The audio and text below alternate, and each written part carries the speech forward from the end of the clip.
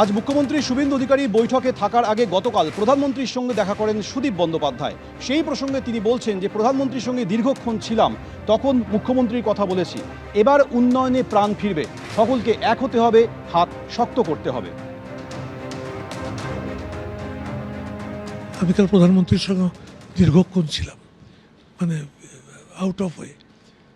তখন আমি শুভেন্দুর কথা বলেছি যে আপনার মুখ্যমন্ত্রী হিসেবেও যা কাজ করছে সেটার কোনো তুলনা নেই। ও খুব চেষ্টা করছে সকলকে নিয়ে তুই আপনারা সহযোগিতাটা করুন। তো উনি কথা প্রসঙ্গে বললেন আমরা তো সেন্ট্রালের সহযোগিতা সেইভাবে আগে সরকারকে দিতে পারিনি, সেই দুঃখ আমাদের মধ্যে আছে, কিন্তু এবার তো তাতে কোনো বাধা নেই। তখন আমার মনে হলো যে পশ্চিমবাংলায় উন্নয়নের কাজে যথারীতি প্রাণ ফিরে আসবে এবং ভালো কাজ হওয়া সম্ভব। আর এই প্রধানমন্ত্রীর সঙ্গে সুদীপ বন্দ্যোপাধ্যায় সাক্ষাৎকে কটাক্ষ করেছেন কুণাল ঘোষ। তিনি বলছেন এনসিপিআই এর ভবিষ্যৎ অন্ধকার। সুদীপ বন্দ্যোপাধ্যায় কোন দলে আছেন?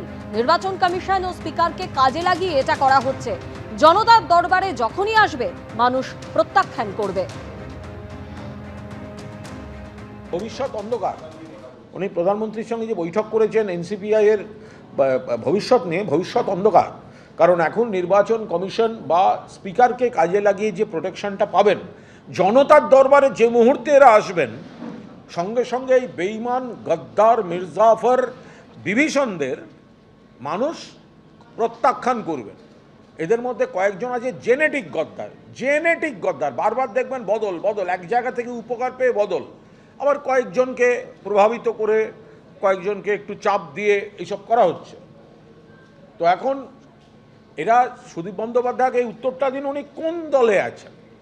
তৃণমূল থেকে জিতেছিলেন, বিজেপির সঙ্গে মিটিং করেন, যাচ্ছেন এনসিপিআইতে শোনা যায়, আর লোকসভা টিভিতে লেখা থাকে টিএমসি সদস্য। এর মানেই কি? এরা তো একদম দোদুল্যমান পরিস্থিতিতে আছে। বিজেপির দয়া ভিক্ষা করে এই কয়েকটা লোক লোভী, এই কয়েকটা লোক গদ্দার, বেঈমান, অকৃতজ্ঞ, নির্লজ্জ, তৃণমূলের ভোটে জিতে, বিজেপি বিরোধী মানুষের ভোটে জিতে বিজেপির কোলে দোল খেতে গেছে। এরা নিজেদের অস্তিত্বের সংকট